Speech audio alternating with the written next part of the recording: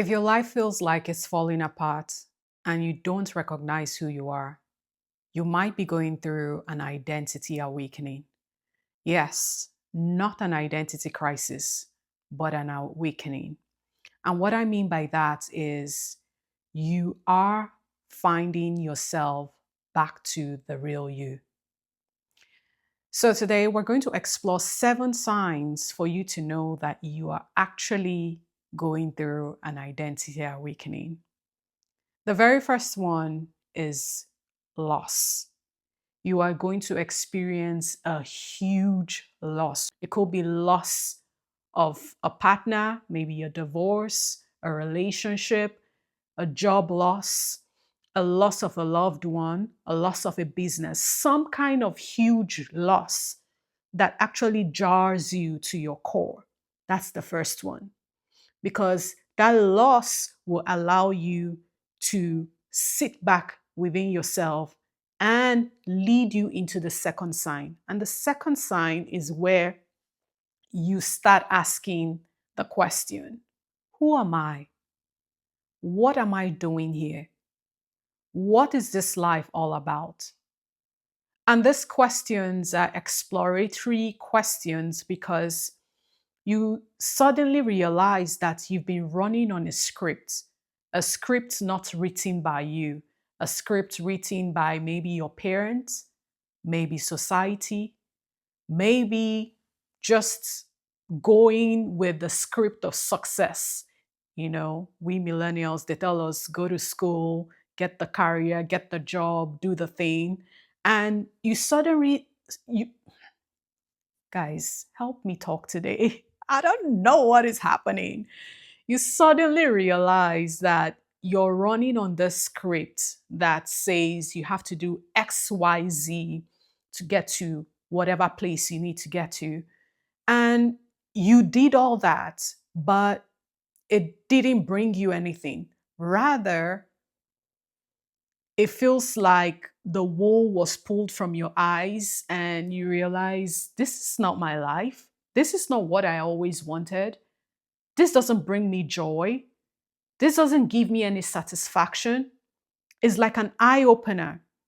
And then remember, the first one is loss. It just feels like I did all the things right and something was just pulled from under me. When you go through this questioning, it leads you into the third thing, which is a loss of interest. Once you start asking those deeper questions, you realize that you have no interest in the things that you were experiencing. Maybe or definitely in the past, you were enjoying it. Example, maybe you were an outgoing person, you love to hang out. All of a sudden, it doesn't interest you. Your environment doesn't even interest you. The people around you, the activities you do, there is no interest to continue that facade.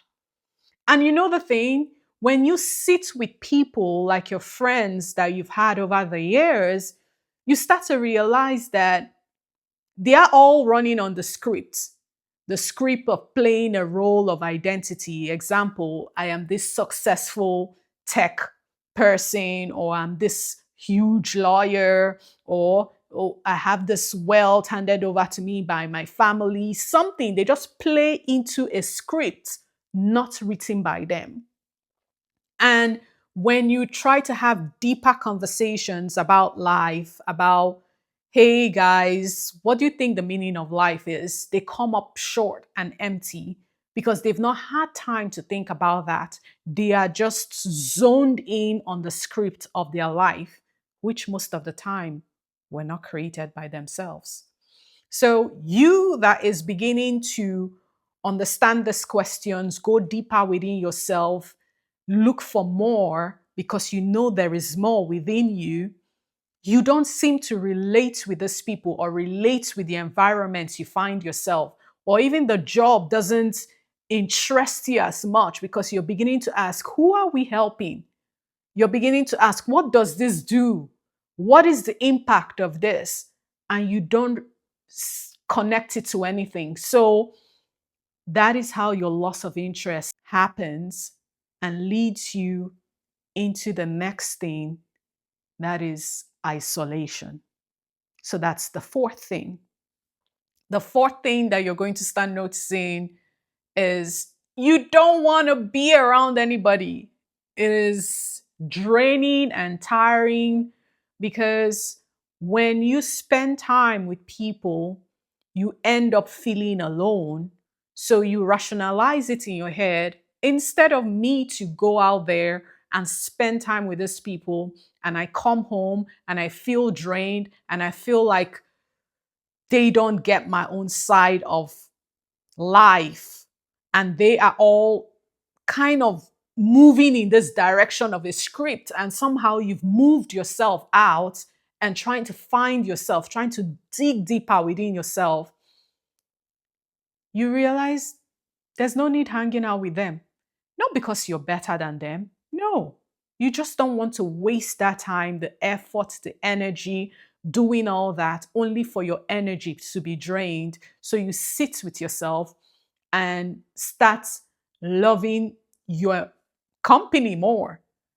There are going to be crying sessions. Trust me, because you need to release all the lies, all the years of lies. Then there will be sessions where you will pray more, you will sit down by yourself and ask the deeper questions. You just begin to love yourself a little more. You realize that the self love that they taught you wasn't about empty journaling and endless self care, but it was more deeper, which is looking into yourself and telling yourself the truth about some of the situations that you have experienced in the past. When you go through that isolation, which is good, I love my solitude. So I don't know about you. You might also love being by yourself. Another thing happens, which leads us to the fifth thing, is a loss of motivation.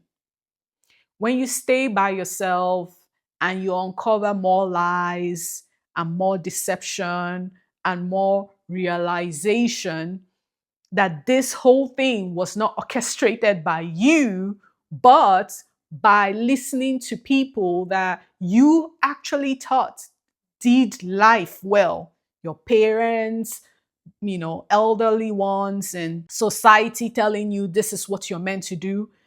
You just feel like a lie has been told to you, and there is a certain demotivation that comes, and you don't want to do anything. You have no interest in putting effort into anything. You don't want to put any more energy into that job. You do the barest of the barest minimum just to get by. And you're in this place where can lead to depression or despair. But it is not because you're lazy. No, you've just uncovered that your whole life might have just been a lie where you put in endless effort. So, yes, you're going to be demotivated, and you're actually going to hit apathy too. So, it's more of demotivation slash apathy.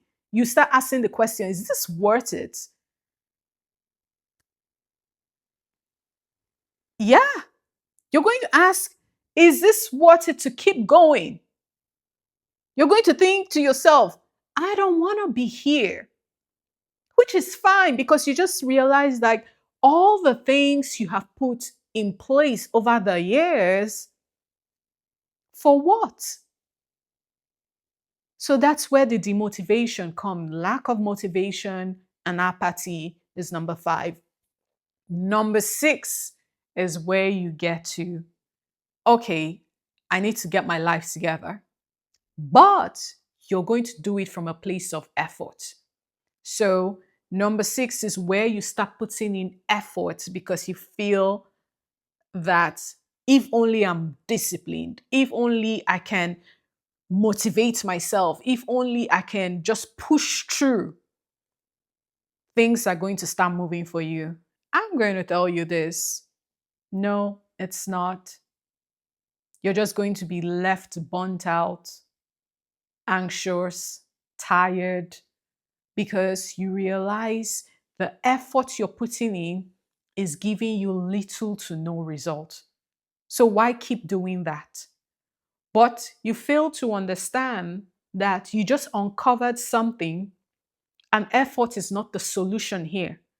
Because all these years, somebody has lied to you, you have believed in a lie, you have plugged into that lie and built your life around that lie. And all of a sudden, you're waking up to realize that your identity is not your job. Your identity is not the role you play. Your identity is deeper than what you see, the name you call yourself or the titles you give yourself. In doing that, yeah, effort is not going to cover it, because your nervous system is still operating from a place of survival. All these years that you learned and you did, you were actually running a race, thinking you're in a race to be something. But you don't need to be anything, because you are everything. You just need to find that real person that can embody what you truly are. Because what you are currently is as a result of society telling you, oh, go do that degree, you'll be a tech bro. Go do this and you'll be that. But for the first time, your nervous system is trying to understand, where are we? Are we safe to embody our true self, or are we still working on survival? So you putting in effort is still you listening to that survival instinct, and it's not going to work. The last thing is the deep seated fear. You're going to have such a deep seated fear of remaining the same, because now you tried effort, is not working, and suddenly you start spiraling. And that's when the crisis comes into play. All this while you were going through the awakening, and the deep seated fear is what brings up the crisis. That deep seated fear is going to feel like, is this going to be my life going forward? Am I going to lose my prestige in society? Am I going to be disrespected by my peers, by my folks? These are all the things that will be running through your head, because you were so afraid to lose this identity and find yourself, your true self, I mean. So you're just in a state of, maybe I should hold tight. Maybe if I pretty it up, do something. All that are all fears, the fear of letting go of your old self. And if you don't, that's where the spiraling, the crisis come into play. And that's where you enter identity crisis. But we're not speaking about identity crisis today. We're keeping it to your identity awakening. These are the 7 signs. And if you're going through any one of these signs, I want to congratulate you, because that means your true self is emerging. There was something deeper always telling you, this is not it. You are more. If you've gotten here and you want to hear of some practices that can help you, number 1, I'll say explore that question, who am I? And if you're exploring the question, if you're a structured person, you want guidance on how to ask deeper questions and examples of how to answer the questions, I do have an identity reset workbook. I'll put the link in my bio and also in the comment. You can get to it. It is very easy. I've used it a lot. It helps me, because you're not going to change your identity one time. There are also things, because you're still experiencing life, life will happen. But I go back to that workbook and ask the question that enables me shift when it's time to shift into something else. So if you're interested, please link in bio and get the workbook. But explore that question, go deeper, understand what made you the way you are.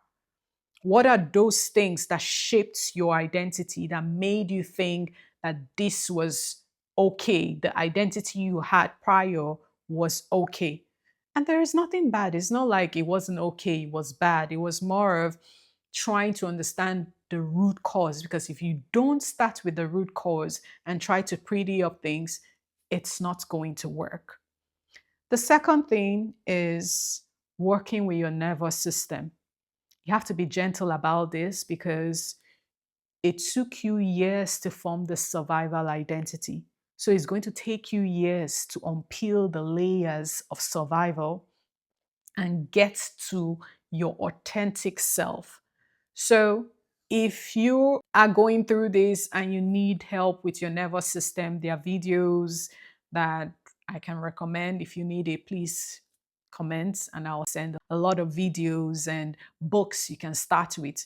But one of the things is trying to sit in stillness. I know meditation doesn't fix everything, but it brings awareness to things like the voice within you. It brings awareness to your body. You can ask yourself a question during meditation and you can notice what tightens up within me. Why do I feel tight when I ask myself a certain question versus another? What is my inner critic? What is my inner voice like? Is it very critical of me? You start realizing, why am I so defensive when no one is attacking me? Those are things that will come up during your stillness. It's more of awareness in understanding who you are, and you can get the signals from your body to know my body reacts this way because it is still not safe with those answers or those questions. So, those are some of the things you can start doing to calm your nervous system. It is important. The nervous system healing, it is important for identity work. The last thing I'll say to you, be patient with yourself. Give yourself grace. I keep saying this. Your survival identity was built over a long period of time. So it's not like a garment you take off and then you wear your true self. No, you have to be compassionate with yourself because there are days where you might go back to the old ways of doing things. Don't be so hard on yourself.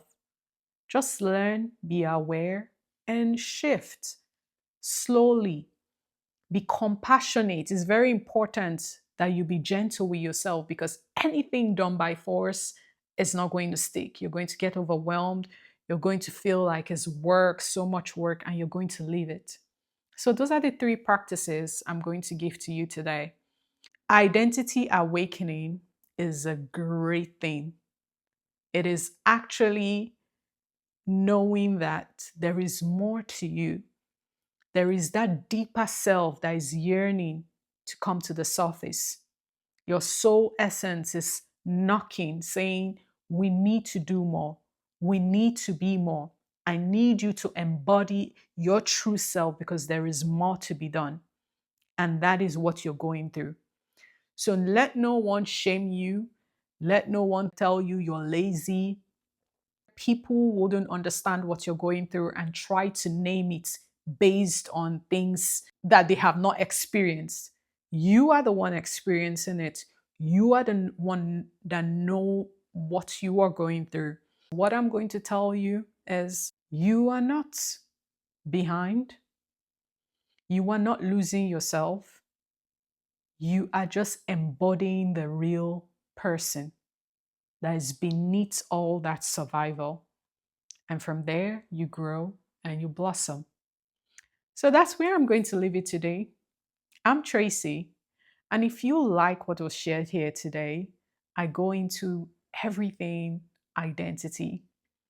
I go deeper, understanding ourselves, understanding why we do the things we do, how we shift through various identity throughout life. If this was really your jam, please come back here. I'll catch you on the next one.